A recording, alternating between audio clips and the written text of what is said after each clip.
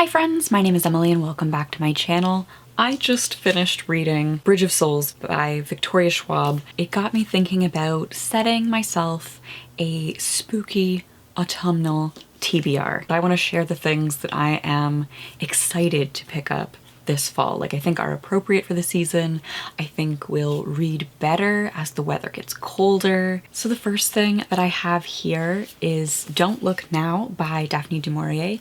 So I read Rebecca by Daphne du Maurier, and I feel like it sort of fits in with that spooky vibe, the gothic vibes, right? When I was looking up more of Daphne du Maurier, this work came up in particular. A slow-burning masterpiece of horror recounting a grieving couple's fateful visit to Venice, Don't Look Now is accompanied here by further short tales of desire and dread. I think this is perfect for this time of year as it gets colder, darker. Now is the time to pick up a book like this. The other book I have here is from one of my favorite smaller publishing presses in Toronto. It's Coach House Books, and I always have a look through their catalog. I believe I picked this up last year, and it is The Dark Library by Cyrille Martinez, translated by Joseph Patrick Stancil. I picked this up purely based on the blurb, but it says, libraries are magical places. But what if they're even more magical than we know? In Martinez library, the books are alive, not just their ideas or their stories, but the books themselves. Meet the angry young book who has strong opinions about who reads what and why. He's tired of people reading bestsellers, so he places himself on the desks of those who might appreciate him. Hear him tell the story of the old historian who mysteriously vanishes from the stacks, or spend a day with the red librarian trying to banish cups of coffee and laptops and readers who never pick up one book. One day a great horde of workers descends to scan every single book in the library, the much borrowed, the neglected, the popular, the obscure. What will happen to the library then? What will it become in the new digital world? It sounds kind of weird, the idea of this otherworldly supernatural library.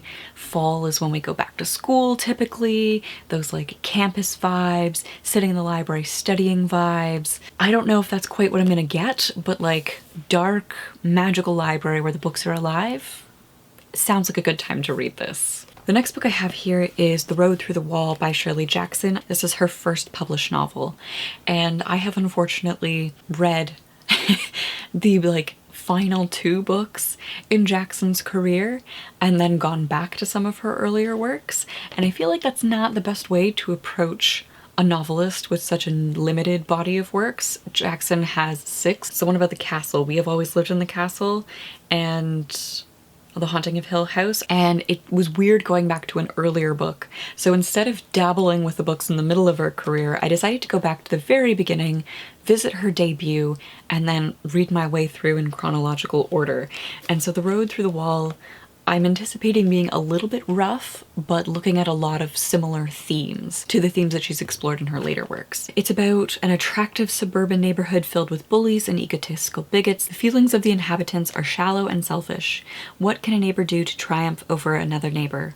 What may be won from a friend? One child stands alone in her goodness, little Caroline Desmond, kind, sweet, and gentle, and the pride of her family. But the malice and self-absorption of the people of Pepper Street lead to a terrible event that will destroy the community of which they are so proud. Exposing the murderous cruelty of children and the blindness and selfishness of adults, Shirley Jackson reveals the ugly truth behind a perfect world. So I'm anticipating like a critique of the suburbs, probably a critique of the gender roles in that space. I'm excited. I think this will be a fun read for the fall. The next book I have here I plan on plugging away at a little bit, and that is the Valancourt Book of World Horror Stories Volume 1. This is edited by James D. Jenkins and Ryan Cagle. Now, something that I didn't realize when I picked this up is that this was translated in-house, so they're picking up works and translating them themselves.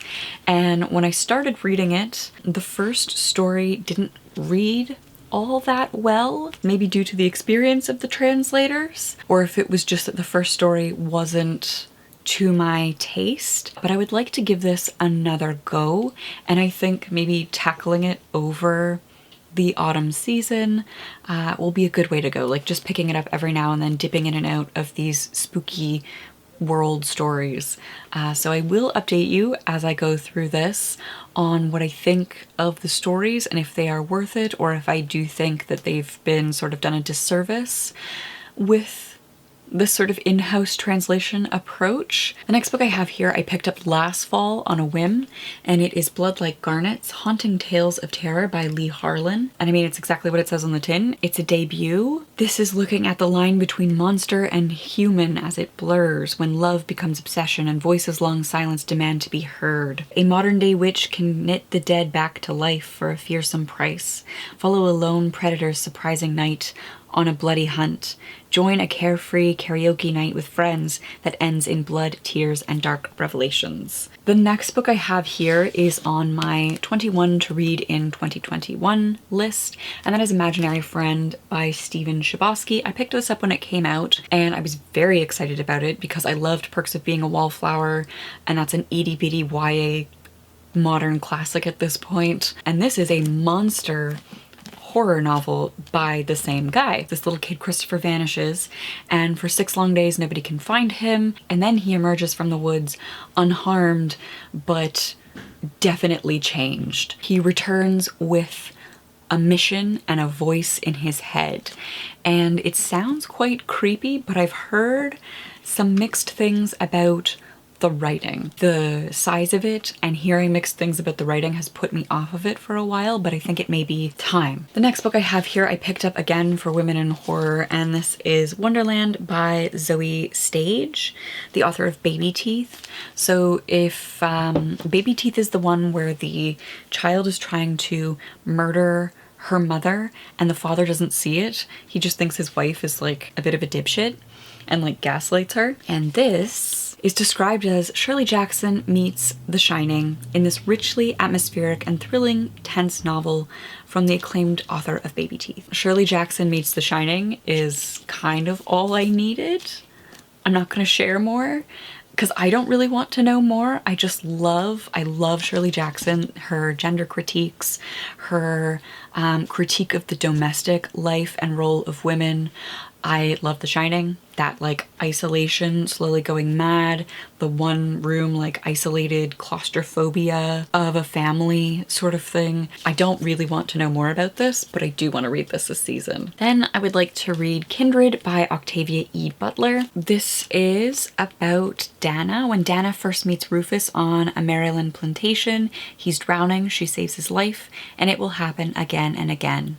Neither of them understands his power to summon her whenever his life is threatened, nor the significance of the ties that bind them. Each time Dana saves him, the more aware she is that her own life might be over before it's even begun. And I don't want to like lump slavery into like genre horror, but I feel like this might be a more appropriate season for some darker texts. I don't know about you, but like texts dealing with slavery aren't exactly fun beach reads, fun backyard summer reads for pandemic times, whereas I feel like a more serious book is something that you can like cozy up with a cup of coffee and sort of immerse yourself in these darker reads for the darker weather. So that's why I'm putting this here, even though it's not horror, it feels like a more seasonally appropriate read right now. Then the last thing I have here are these. I would like to read at least 2 of them. These are the Monster She Wrote continuation of their Loose series. So I read Monster She Wrote, which looks at women in the speculative fiction genre, women who shaped the genre from quite early on to the present. And they were looking at how women have worked in and shaped the genre, but are often out of print. They were giving suggested readings within the text where you could maybe find them, to find some of these foundational texts within the speculative fiction genre. So they've gone on to publish the things that are featured in the Monster She Wrote book to start with. So it's like a loose series, right? So the first one here is The Women of Weird Tales, stories by Avril Worrell, Eli Coulter, Mary Elizabeth Councilman, and Grail Espina. So we get to sample from some of these women who are foundational to the horror speculative fiction genre and who are often out of print, not anthologized, and they've anthologized them here for us. The Dead Hours of Night, which is stories by Lisa Tuttle. Then I have The Bishop of Hell by Marjorie Bowen. So Marjorie Bowen was a prolific author of some 150 books and counted Arthur Conan Doyle, Mark Twain, and Graham Greene among her many admirers. Her most enduring achievement is her tales of the ghostly and supernatural, her favorites of which she collected in 1949 under the title The Bishop of Hell and Other Stories.